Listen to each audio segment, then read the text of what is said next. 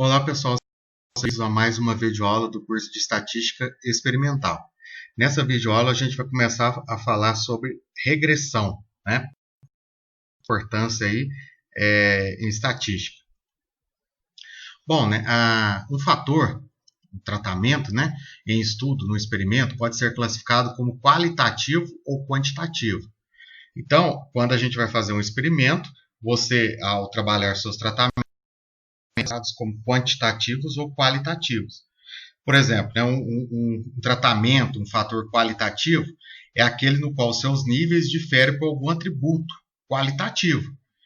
Como exemplo, tem-se, por exemplo, variedades, né, diferentes variedades de um determinado cultivar, né, tipos de defensivos a serem utilizados, métodos de produção e inúmeros outros aí. Já o fator quantitativo, né, é aquele no qual os níveis de um fator, o tratamento, né, se diferem com relação à quantidade do fator. Como exemplo, tem-se a temperatura, né, a umidade, concentração de um princípio ativo, níveis de insumo, pH e inúmeros outros, né?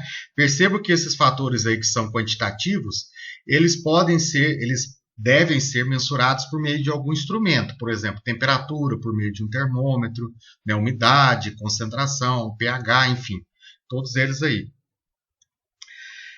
Quando o fator é qualitativo, o que a gente faz? Né? A gente procede à análise de variância conforme a gente já vem fazendo aí e verifica, né, a significância do F, né, para tratamentos. Daí a gente vai fazer a análise de variância e verificar se a hipótese H0, lá se todas as médias, né, dos tratamentos lá são iguais entre si, contra a hipótese alternativa que pelo menos um par de médias diferem entre si.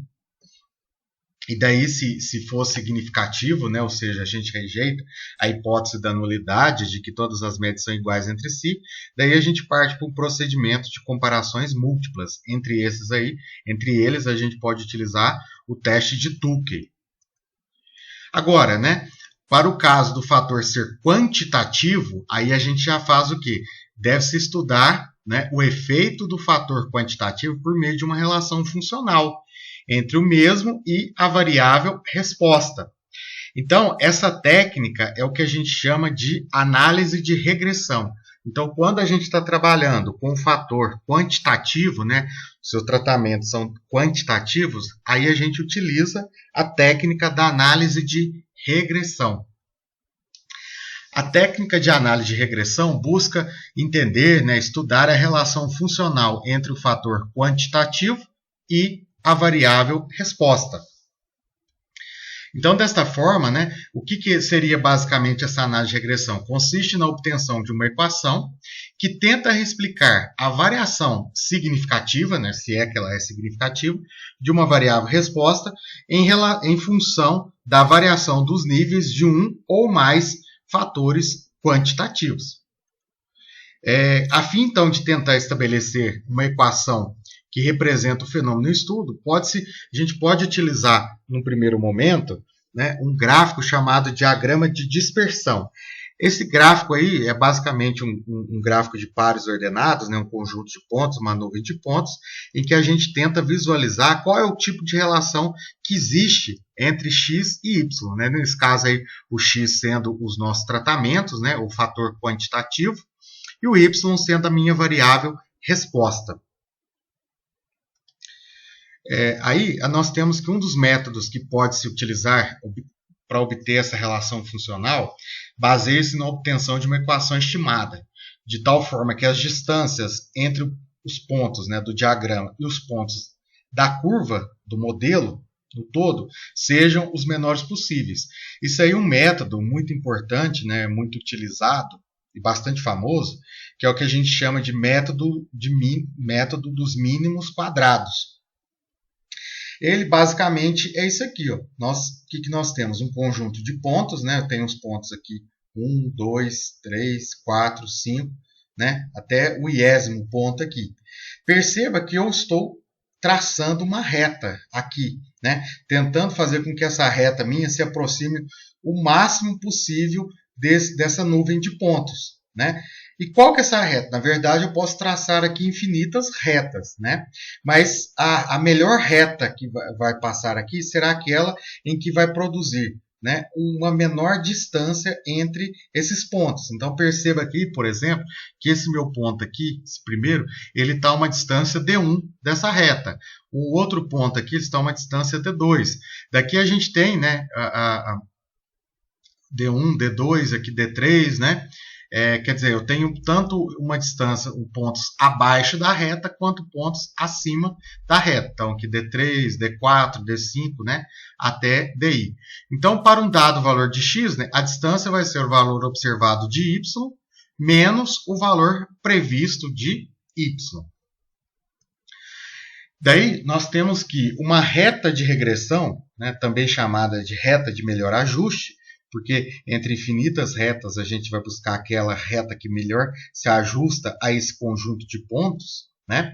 É a reta para a qual a soma dos quadrados dos resíduos, né, é um mínimo.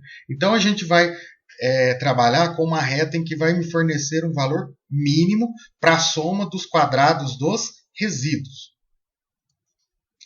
Daí nós temos então uma infinidade de modelos de regressão. Eu tenho aqui, nesse curso, a gente vai falar basicamente do modelo linear de primeiro grau e do segundo grau, apesar que eu tenho também modelos do tipo não linear. O comportamento, né, de y em relação a x, então ele pode ser representado de diversas formas. Um comportamento linear aí do primeiro grau, quadrático, cúbico, exponencial, logaritmo, enfim, entre outros. Posso ter uma infinidade aí, né? Vamos considerar, então, o modelo linear de primeiro grau. Esse modelo linear de primeiro grau é representado por meio dessa relação aqui, essa função aqui, ou seja, yi é igual a um beta 0 mais um beta 1 xi mais um epsilon i. Quer dizer que o y, né, é em função de um beta 0, que é um valor aqui constante, um parâmetro que a gente fala do nosso modelo, uma quantidade que eu preciso estimar. Esse beta 1 também, né? Esse xi aqui são meus valores observados, esse epsilon i aqui é a minha variável aleatória, né? Então, esses valores beta 0 e beta 1, beta 0 para esse caso aqui é chamado de constante, né? Intercepto, para o caso do modelo linear do primeiro grau, e o beta 1 é chamado de coeficiente de variação, né?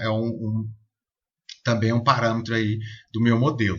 Esse xi, então, é o nível da variável independente, né? O epsilon aí é o erro aleatório, né? Com distribuição normal, cuja média é zero e a variância é constante. Bom, aí para nós estimarmos, né, quais são esses valores aqui, né, de beta 0 e beta 1, eu preciso então utilizar o método dos mínimos quadrados, né, que ele visa a minimização da soma de quadrados dos erros, né? Ou seja, o erro vai ser então o quê? yi menos beta 0 menos beta 1 xi, né? Aí eu vou somar todos esses erros, que eu vou ter vários, né? Aqui, somar esses valores, só que esses valores, tá? Então, o somatório, né, de igual a 1 até n de epsilon i ao quadrado é o somatório dessa quantidade aqui.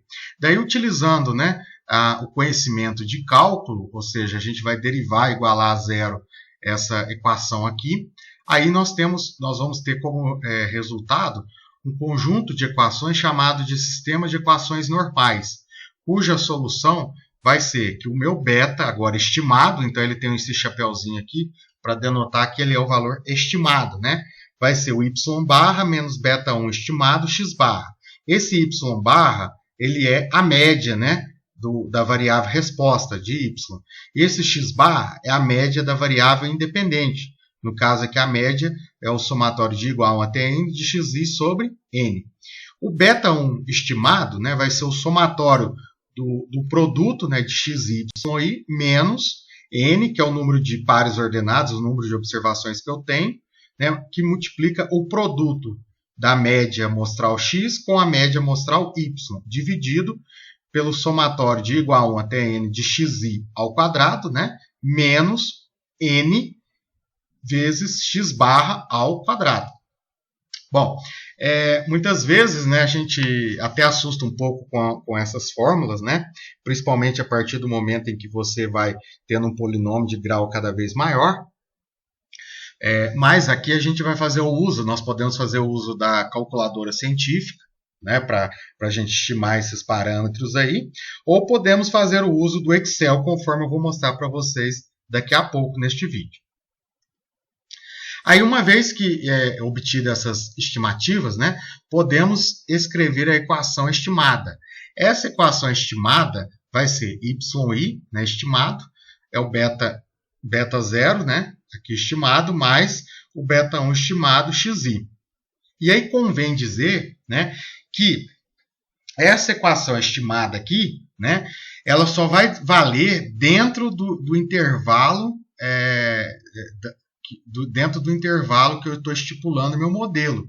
Ou seja, se ele varia, por exemplo, o primeiro valor observado para x for de 10, por exemplo, até 90, aí se eu for estimar algum valor lá para y, né, eu vou ter que considerar dentro desse intervalo, que vai de 10 a 90.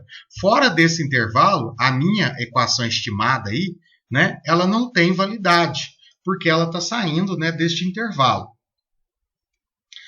Daí agora, né, esse é o modelo do linear do primeiro grau, agora este é o modelo do linear do segundo grau. Aí a gente tem também do terceiro grau, que é cúbico e assim por diante.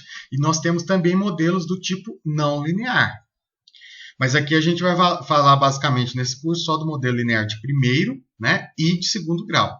O modelo linear de segundo grau ele é da forma, né? Aí o que acontece? Já aparece mais um componente aqui, né? YI é igual a beta 0 mais beta 1 xi mais beta 2 xi ao quadrado mais epsilon-i. Esse YI, então, é o valor observado, né, para a variável dependente y no iésimo nível da variável independente x. Esse beta 0 é um parâmetro também que precisa ser estimado, né, a constante de regressão, o intercepto, né, do meu modelo. Beta 1 e beta 2 são os coeficientes de regressão, são parâmetros aí. Então, na verdade, quando eu vou fazer a estimação, eu preciso obter 3 parâmetros, né, beta 0, beta 1 e beta 2. O xi é o iésimo nível da variável independente x, né? E o epsilon é a mesma coisa. O erro aleatório tem distribuição normal, cuja média é 0 e a variância é constante. Na verdade, a gente assume, né? A gente faz uma suposição de que esse erro aqui ele tem distribuição normal, cuja a média é 0 e a variância é constante, sigma 2, né? Homocedástico. Bom, aí o que acontece, né? Que o método de mínimos quadrados, né, ele, no segundo grau, ele já vai gerar um sistema de equações normais, né, de certa forma um pouco complicado aqui para a gente resolver, né, eu tenho que obter então qual que é o valor aqui de beta 0 estimado, beta 1, né, e o beta 2. Então eu preciso resolver esse sistema de equações normais aqui, tá? Mas a gente vai fazer o uso aí de um software para resolver ou para trabalhar isso aí. Bom, uma vez obtidas essas estimativas, né, podemos escrever a equação estimada dessa forma. Então, meu YI estimado, né, o beta 0 estimado, mais beta 1 estimado xi, mais o beta 2 estimado xi ao quadrado. Mesma coisa para o modelo linear do primeiro grau, ou seja, o intervalo em que vai valer essas estimativas, né, ela tem que ser o mesmo intervalo que eu estou fazendo para estimar essa equação. Por exemplo, se o meu x trabalhado está variando de 10, né, até 100, por exemplo, eu não posso fazer a minha equação ela vai ter validade somente dentro desse intervalo aí. Tá? Então, se estiver fora desse intervalo, ela não tem mais validade. Bom, aí uma vez que a gente então estuda, né, constrói essa reta aí de regressão, né, estima esse modelo aí, seja linear do primeiro grau, do segundo grau ou qualquer outro grau, nós podemos agora construir, né, a análise de variância da regressão. Então, a equação estimada, né, obtida aí que eu mostrei anteriormente para vocês, apenas vai estabelecer uma relação funcional entre a variável dependente, né, que é, nesse caso, a minha variável resposta do meu experimento, e a variável independente, que nada mais é do que são os meus tratamentos, é o meu tratamento, né? Para representar o fenômeno em estudo, mas eu preciso verificar se essa relação funcional é uma relação do tipo significativa, né? Então, de qualquer forma, a simples obtenção da equação estimada não responde ao pesquisador, o experimentador, se a variação, né, da variável independente influencia significativamente na variação da variável dependente. Então, de forma a responder essa pergunta, se essa influência é significativa ou não, devemos fazer a análise de variância da regressão. Mas o que é isso, essa análise de variância da regressão? Bom, basicamente, né, a gente vai construir aí uma tabela da análise de variância, e para considerar isso, nós temos o seguinte, né? Aqui nós vamos considerar o caso de que o caso de um único valor observado para cada nível da variável independente. Então, nesse vídeo aqui na parte 1, a gente vai considerar, né, um único valor observado, ou seja, a gente não tem repetição aí de tratamentos, né, ou do meu fator quantitativo, um único valor observado para cada nível da variável independente. Neste caso, né, nós não temos a repetição, e a única estimativa da variância residual vai ser dada por meio da falta de ajuste, né? Então, nesse caso aí, a gente tem a nossa fonte de variação vai ser a regressão, né? E aí a gente vai ter uma coisa chamada de independente da regressão, né? A gente podemos chamar isso aqui também de resíduo, né? Do caso da regressão, ou neste caso aí, né? A independente da regressão ou erro, né? E o total aqui. Bom, esse GL é o grau de liberdade. O que é esse P aí denota o número de coeficientes da regressão, não inclui o intercepto. Então, por exemplo, se eu estiver trabalhando com uma regressão, né, do primeiro grau, esse meu P vai valer 1. Por quê? Porque meu modelo ele tem um único parâmetro, né, nesse caso o beta 1. Eu não conto o beta 0. Tá?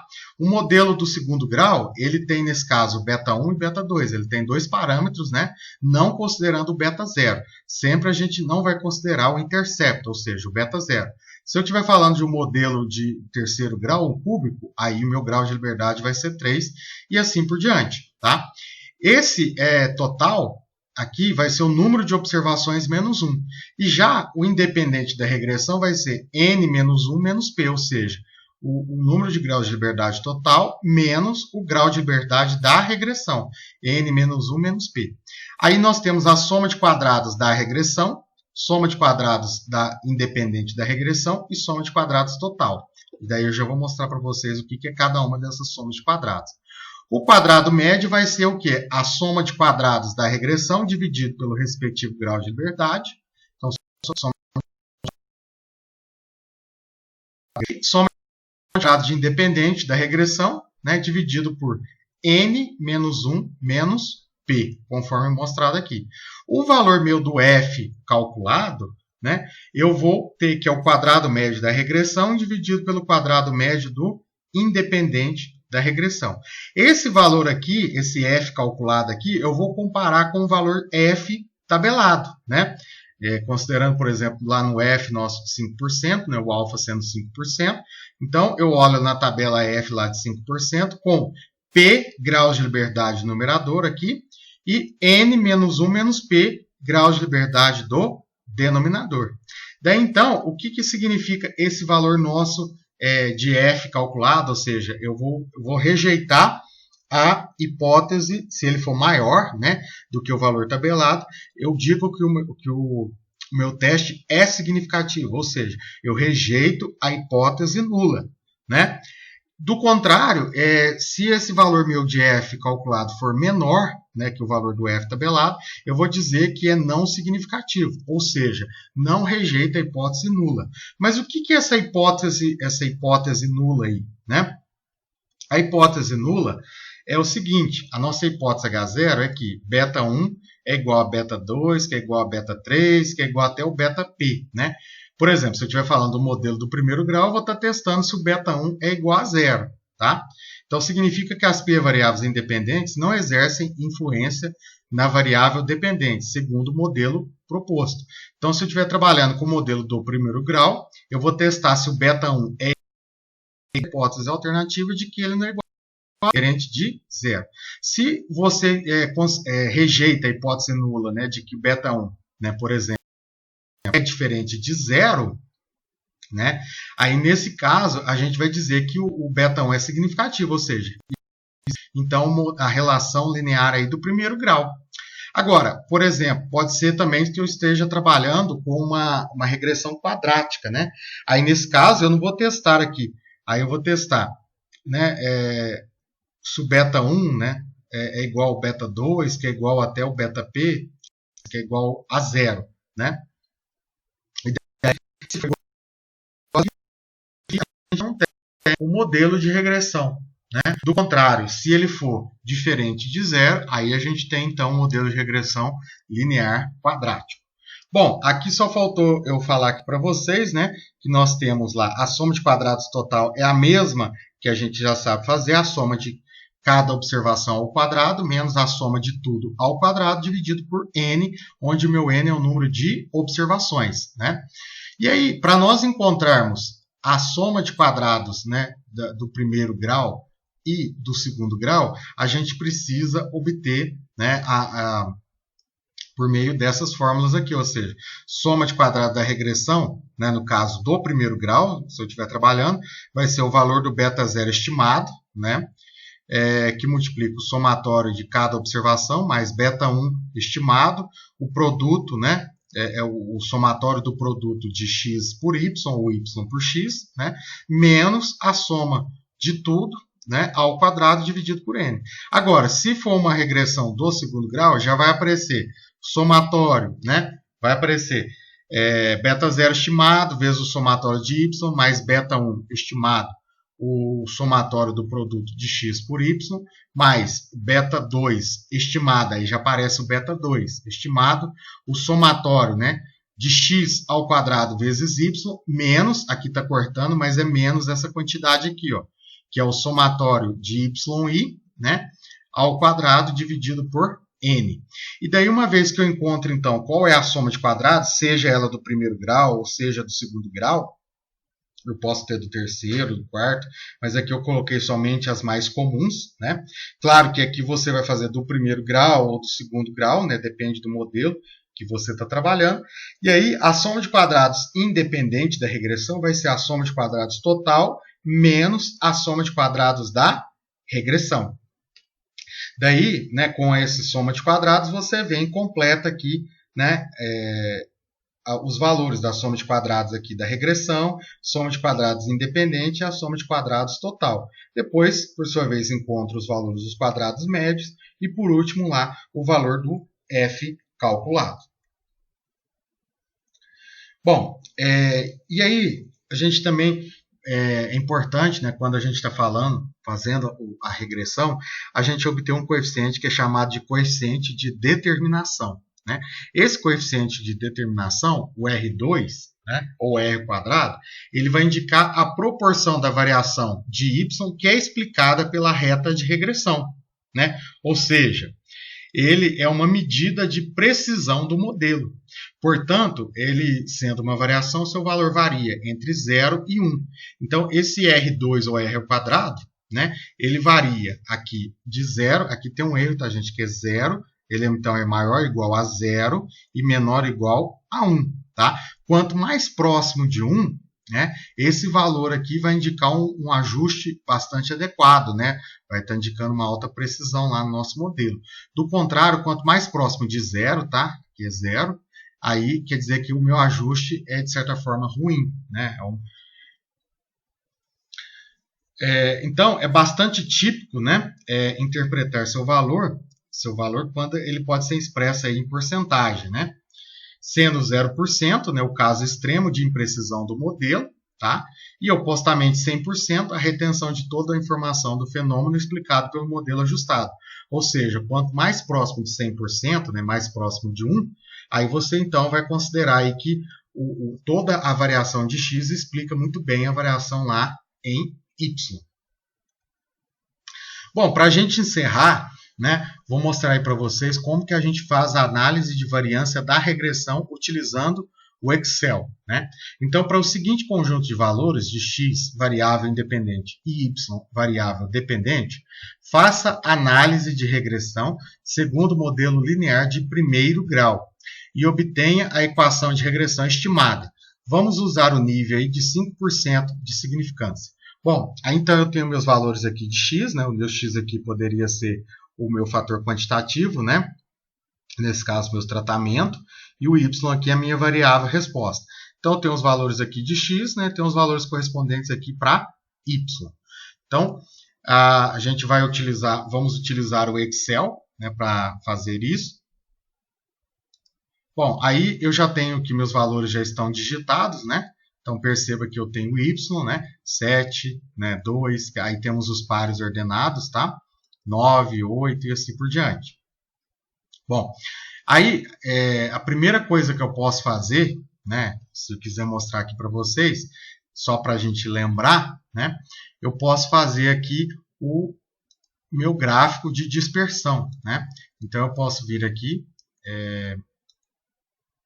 Aqui, gente, é até interessante mostrar isso aqui para vocês, porque veja bem, se você colocar aqui nesse caso, né, o y na primeira coluna e o x aqui na segunda coluna, aí ele vai estar fazendo, considerando, né, que o x aqui é a variável dependente, tá?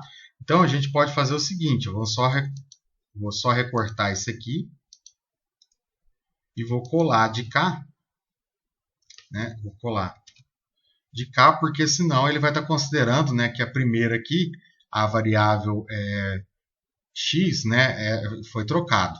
Então, eu venho aqui em inserir, né, dispersão, ok? Aí agora está certo, né? Perceba que aqui a gente tem uma reta, né, assim, mostra um modelo bastante claro, bastante visível, que é o modelo linear do primeiro grau. Bom, se quiser também, a gente pode calcular aqui, nesse caso, o coeficiente de correlação, né, para a gente verificar qual é esse grau de associação entre x e y. Tá? Portanto, eu posso vir aqui em fórmulas, né, mais funções aqui, estatística. E aí eu venho aqui em Correl, né, clico aqui então nessa matriz 1, coloco os valores de x, né, na matriz 2 aqui, os valores de y. Basta você clicar, segurar aqui e arrastar isso aqui, né? Daí eu dou um OK. Apareceu então que essa correlação é de 0,9657. Tá? Bom, se você quiser, a gente pode então, vamos ver aqui se dá certo, né? Elevando esse valor aí 0,9657, elevando esse valor aí ao quadrado, a gente encontra então, se fosse o caso, né, o coeficiente de determinação, que seria aí algo em torno de 93,27%, né, se a gente for falar em porcentagem. Bom, mas aí não é isso que a gente quer fazer, né? Nós queremos então fazer a regressão. Como que eu faço nisso? Eu vou vir aqui então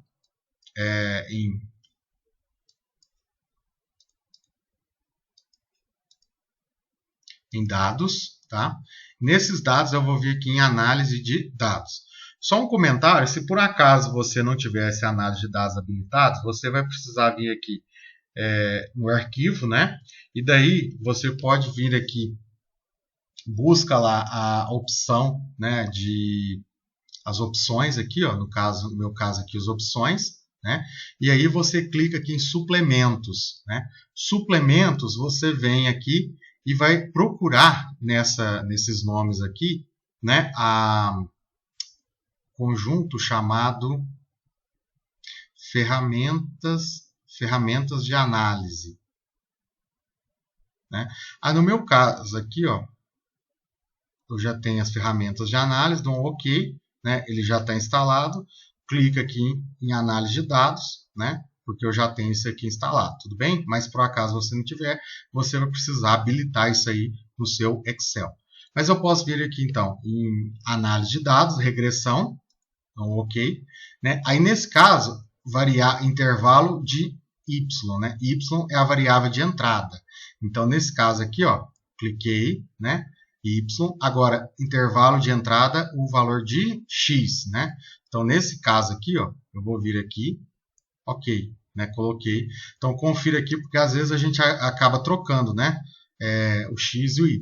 É importante você definir quem que é o x e quem é o y. Aí, ok, esses outros casos aqui a gente não precisa clicar nada, pode deixar. Aí dou um ok, aí aparece toda a análise de variância da regressão. Bom, vamos a algumas questões aqui importantes, né?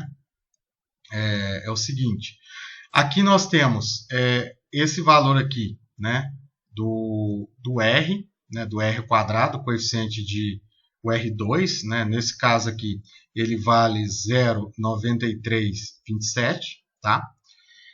Depois, eu tenho também algumas questões importantes. Na regressão, veja bem, eu tenho 1 grau de liberdade lá da regressão. Esse resíduo que ele coloca aqui é o que a gente está chamando lá de independente da regressão, tá? E o total, nesse caso, 11, né? Então, eu tenho 12 observações, 12 menos 1, né? 11.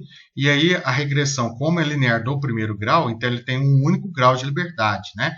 11 menos 1, 10. Então, 10 graus de liberdade aqui para esse resíduo, que é o independente da regressão. Se quiser, você mesmo pode apagar isso aqui, né? Escrever aqui, independente da regressão, se for o caso. Ok? Aí nós temos lá os valores das somas de quadrados, né? Soma de quadrados de regressão, independente da regressão, soma de quadrados total, quadrado médio aqui, tá? Temos os respectivos valores quadrados médios, temos o valor nosso de f calculado, né? Esse valor é 138,61. Daí eu precisaria do valor f tabelado para eu saber, né, se é significativo ou não, mas a gente já vê que o f aqui está bastante elevado, né? Consequentemente ele é significativo. Mas aí a gente vê a questão aqui do valor p, né, que é 3,49, né? Esse e aqui significa esse e menos 0,7 é 3,49 vezes 10 elevado a menos 7. Quer dizer, é praticamente zero, né? Zero é menor do que 0,05.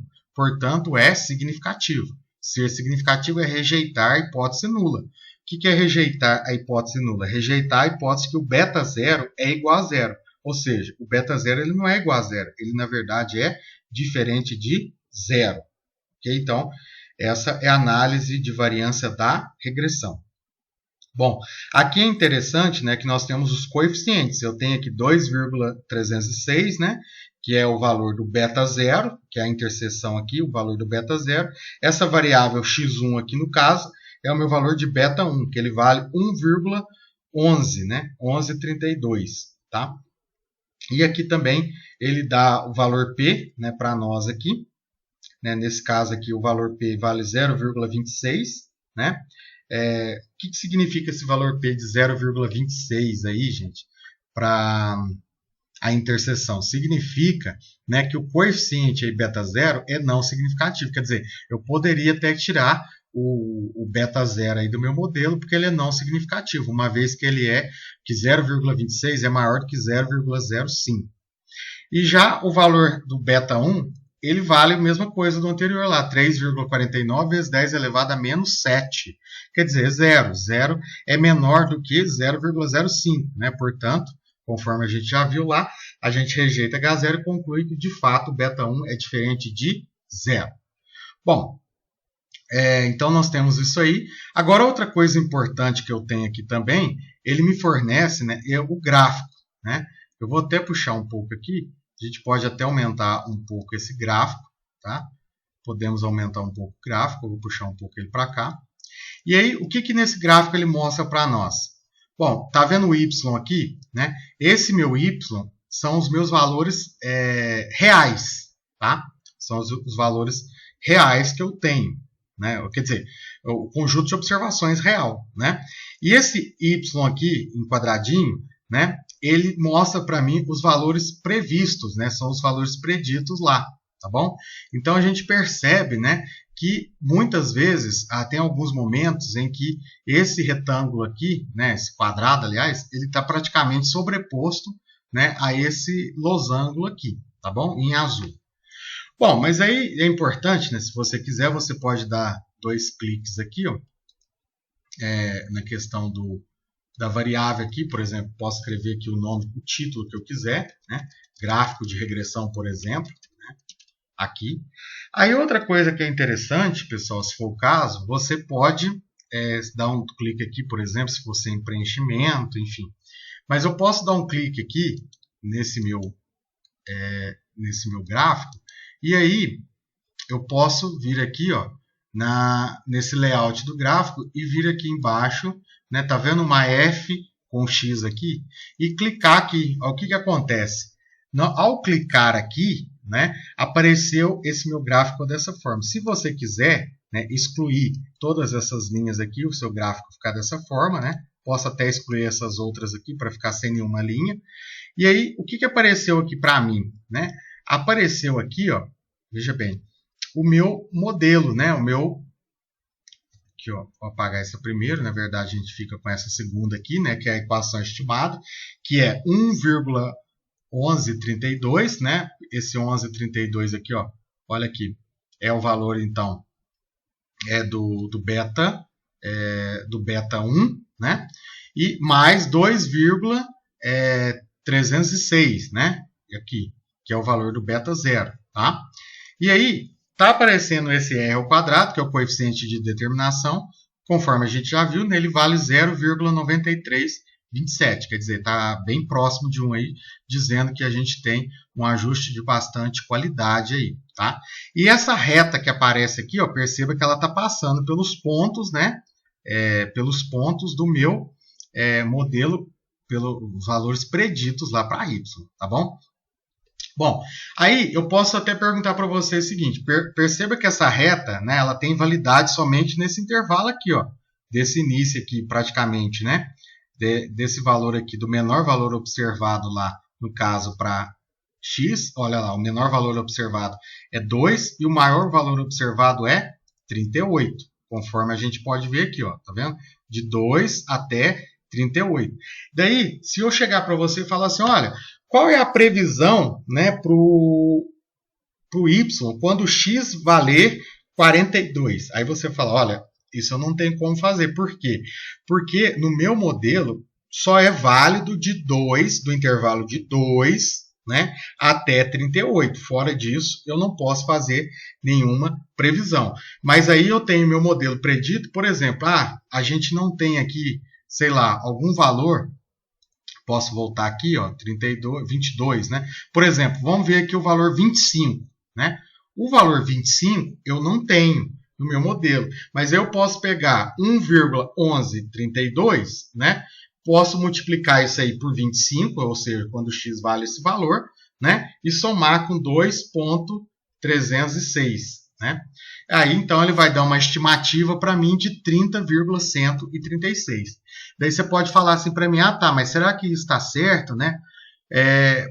Por que você considerou esse intercepto? Aqui eu estou considerando intercepto do modelo, mas se bem que se você olhar, ele é não significativo. Então, o nosso modelo aí, né, conforme a gente já viu, eu poderia até tirar facilmente, né, se for o caso aqui, ó, eu posso até dar um clique aqui e retirar esse valor aí do intercepto, porque ele foi não significativo, tá? Mas é isso então, pessoal. Eu falo para vocês testarem, né, treinarem isso aí no Excel, né, para vocês aprenderem mais, desenvolver essa importante ferramenta aí que é o Excel, na análise de variância aí da regressão. Bom, a nossa videoaula é isso aqui. Bons estudos para todos aí. Até uma próxima videoaula.